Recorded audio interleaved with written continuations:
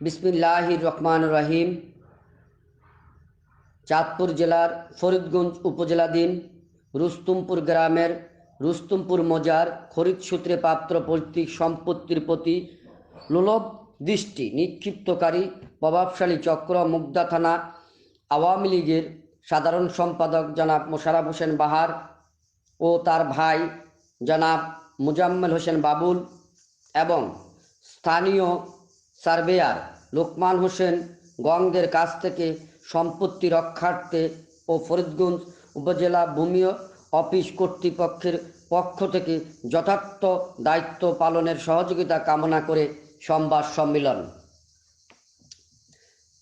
স্থান Faridganj press club, তারিখ 13ই March রবিবার 2022। প্রিয় সাংবাদিক বন্ধুগণ, নিজ দল আওয়ামী লীগের নেতা মোশাররফ হোসেন বাহার ও মোজাম্মেল হোসেন বাবুলের অত্যাচারিত হয়ে আজ আপনাদের মাঝে হাজির হয়েছি। প্রিয় সাংবাদিক বন্ধুগণ, আজকের এই মহতী সংবাদ সম্মেলনে উপস্থিত জাতীয় ও স্থানীয় দৈনিক, সাপ্তাহিক পত্রিকা সহ বিভিন্ন প্রিন্ট, অনলাইন ও ইলেকট্রনিক মিডিয়ার দায়িত্বরত সাংবাদিক ও উপস্থিত সুধীবৃন্দু, সকলের প্রতি অপুরন্ত শুভেচ্ছা ও শ্রদ্ধা। অধ্যকার এই সংবাদ সম্মেলনে লিখিত বক্তব্য পাঠ করছি আমি শেখ ফরিদ মিদা, পিতা মৃত জয়নাল আবদিন মিদা, সাং রুস্তমপুর, ডাকঘর রুস্তমপুর, 15 নং রূপসা উত্তর ইউনিয়ন, উপজেলা ফরিদগঞ্জ, জেলা চাঁদপুর। উপস্থিত রয়েছেন আমার মা জনাবা ফাতেমা বেগম ও আমার বড় ভাই ফয়েজ আহমদ মিদা সহ পরিবারের অন্যান্য সদস্যরা। আমাদের প্রতিপক্ষ মুগদা থানা আওয়ামী লীগের সাধারণ সম্পাদক জনাব মোশাররফ হোসেন বাহার, জনাব মোজাম্মেল হোসেন বাবুল, জনাব স্থানীয় আমিন, স্থানীয় সার্ভেয়ার লোকমান হোসেন, আবুল কাশেম, নুরুল আমিন গং, এরা সকলে আমাদের পার্শ্ববর্তী বাড়ির বাসিন্দা হন। প্রিয় সাংবাদিক বিন্দু, ফরিদগঞ্জ উপজেলার সাবেক 320 হাল 165 নং রুস্তমপুর মৌজায় আমার পিতা মৃত জয়নাল আবদিন মিদা ও মাতা ফাতেমা বেগমের 2971 নং দলিল, 4775 নং দলিল, 10,918 নং দলিল, 1614 নং দলিল, 1839 নং দলিল রেজিস্ট্রিকৃত রুস্তমপুর মৌজার jail number CS 320, BS 165, CS দাগ নং 121, 122, 123, 124, 125, 126, 127, BS খতিয়ান নং 272, 547, 562, 349, দাগ নং 200, BS দাগ নং 227, 228, 229, 230, 231, 232, 233 অন্দরে মোট 48.62% সম্পত্তি খরিদ সূত্রে মালিক হই। বিগত 5 বছর পূর্বে আমার বাবা মৃত্যুবরণ করেন। সমুদয় সম্পত্তিতে আমি শেখ ফরিদ মিদা, আমার বড় ভাই ফয়েজ আহমেদ মিদা, আমার ছোট ভাই সোহাগ হোসেন মিদা এবং আমার মমতাময়ী মাকে নিয়ে ভোগ দখলে আছি। খরিদকৃত দাগের অন্দরে মোশাররফ হোসেন বাহার গংদের কোনো মালিকানা না থাকা সত্ত্ব অভিযুক্ত উল্লিখিত ওই প্রভাবশালী চক্র মিলে সমস্ত দাগের জমিতে গত 4 মার্চ 2022 তারিখে 30 থেকে 35 জন অজ্ঞাত সন্ত্রাসী নিয়ে আমাদের আবাদকৃত ফসল ধ্বংস ও আমাদের মালিকীয় ঘোষণা সম্বলিত ও স্থাপিত সাইনবোর্ড ভেঙে ফেলেছে। খবর পেয়ে ঘটনাস্থলে গিয়ে তাদের বর্বরতার চিত্র দেখে জীবন বাঁচাতে আমরা আত্মগোপন করতে বাধ্য হই।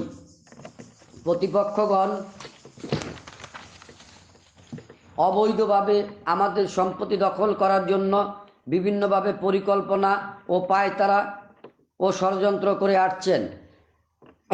আমরা নিরুপায় হয়ে জাতীয় জরুরি সেবার আশ্রয় নিয়ে 99 নং এ কল দিয়ে পুলিশের সাহায্য প্রার্থনা করি এবং তাদের বর্বরতার কিছু ভিডিও ফুটেজ সংগ্রহ করে থানায় গিয়ে আইন শৃঙ্খলা রক্ষাকারী বাহিনীর সাহায্য চেয়ে প্রতিকার পাইনি। প্রয়োজনে আমাদের কাছে সংরক্ষিত ভিডিও ফুটেজ সংগ্রহ করে অভিযুক্তদেরকে আইনের আওতায় নিয়ে এসে বিচারের দাবি জানাচ্ছি সংশ্লিষ্ট প্রশাসনের প্রতি। প্রিয় সাংবাদিক ভাইয়েরা, বর্তমানে জনসাধারণের চলাচলের পাকা রাস্তাটি আমাদের খরিদকৃত জমির উপর দিয়ে নির্মিত হয়েছে। অপরদিকে সরকারের BS 236 দাগের অন্দরে পরিত্যক্ত রাস্তাটি আমার পরিবার ভোগ দখলে আছে। ওই রাস্তাটিও আমাদের প্রতিপক্ষরা দখলে নেওয়ার পায়তারা করে আসছে। এ বিষয়ে আইনের যথার্থ প্রতিকার দাবি করছি। আমাদের দখলকৃত সম্পত্তি রক্ষার্থে ইতিমধ্যে বিজ্ঞ আদালতে আমাদের মামলা চলমান রয়েছে। উল্লিখিত মৌজা ও নকশাতে নালিশি ভূমির সকল প্রকার বৈধ কাগজপত্র আমাদের রয়েছে, যা আদালতে ইতিমধ্যে দাখিল করেছি। আমরা আপনাদের মাধ্যমে তাদের জানাতে চাই, এমনতর সন্ত্রাসী কর্মকাণ্ড বন্ধ ও ধৈর্য ধারণ করুন। বিজ্ঞ আদালতের প্রতি শ্রদ্ধাশীল হন। বৈধ ও যথার্থ কাগজপত্রের আলোকে বিজ্ঞ আদালত যে রায় প্রদান করবে আমরা সেই রায় মেনে নিব।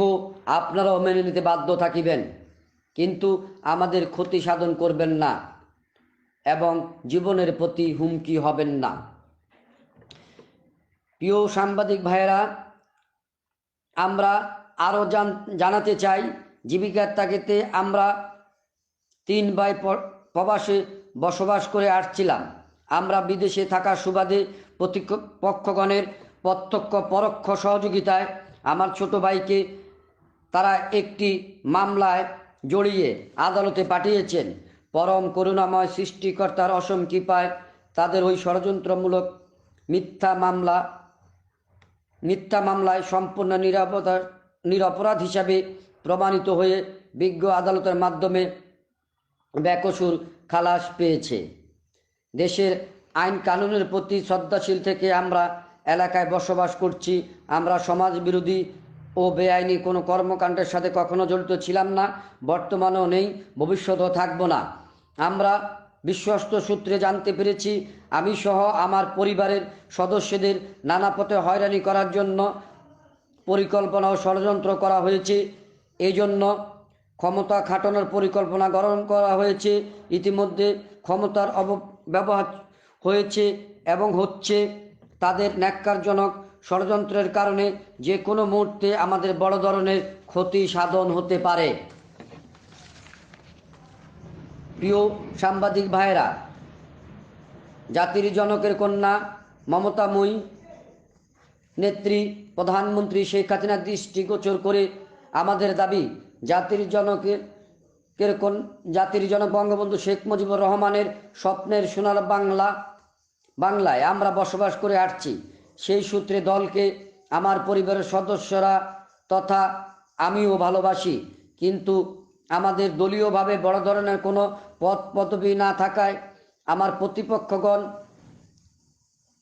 মোশাররফ হোসেন বাহার মুগদা থানা আওয়ামী লীগের দায়িত্বশীল পদ পদবি বহন করে আমাদের উপর অত্যাচার, জুলুম, নির্যাতন চালাবে।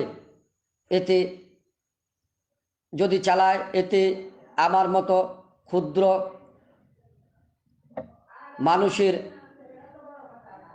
এবং আমার দল আওয়ামী লীগের অনেক বড় ক্ষতি সাধন হবে এবং হচ্ছে আমার প্রতিপক্ষের দ্বারা। আমার প্রতিপক্ষগণ তো আইনের ঊর্ধ্বে নয়, আইনের ঊর্ধ্বে থাকার কথা নয়। আমার প্রতিগণ নেতা বলে আমাদের মতো ক্ষুদ্র কর্মীদের জমি দখল করে বিচারের বাইরে থেকে যাবে? সুযোগ্য সাংবাদিক ভাইগণ, আপনাদের মাধ্যমে ফরিদগঞ্জ উপজেলা ভূমি অফিসের দায়িত্বশীল কর্তৃপক্ষের প্রতি উদাত্ত বিনীত আহ্বান জানাচ্ছি যে বৈধ কাগজপত্র অনুযায়ী রাষ্ট্রের কাছ থেকে আমরা যাতে যথার্থ সহায়তা ও সুরক্ষা পাই, ভূমি অফিস কর্তৃপক্ষ সে অধিকার সুরক্ষা করবেন। আমরা ও জনগণ বিশ্বাস করে যে সরকারের দায়িত্বশীল কর্তৃপক্ষ যথার্থ দায়িত্ব পালন করলে ভুক্তভোগী জনগণ বহু হয়রানি থেকে রক্ষা পায়, অন্যথায় সমূহ অপূরণীয় ক্ষতি উপদ্রব হয়। প্রিয় সাংবাদিক ভাই ও বন্ধুগণ, সংবাদ সম্মেলনে আমাদের পক্ষ থেকে উপস্থাপিত বক্তব্যগুলো আপনাদের স্ব মিডিয়ায় প্রচারের জন্য যথার্থ উদ্যোগ গ্রহণ করবেন বলে আমরা বিশ্বাস করি। আমরা প্রত্যাশা করছি এই সংবাদ সম্মেলনে উপস্থাপিত বক্তব্য প্রয়োজনে তদন্ত করে সরকারের দায়িত্বশীল কর্তৃপক্ষ ও যথার্থ ব্যবস্থা গ্রহণ করবেন। জনসাধারণ সরকারের দায়িত্বশীল কর্তৃপক্ষের কাছ থেকে আইনগত সকল সাহায্য সর্বদা কামনা করে। প্রিয় সাংবাদিক বন্ধুগণ, সকলকে ধন্যবাদ জানিয়ে আমার লিখিত বক্তব্য এখানে শেষ করছি। আসসালামু আলাইকুম।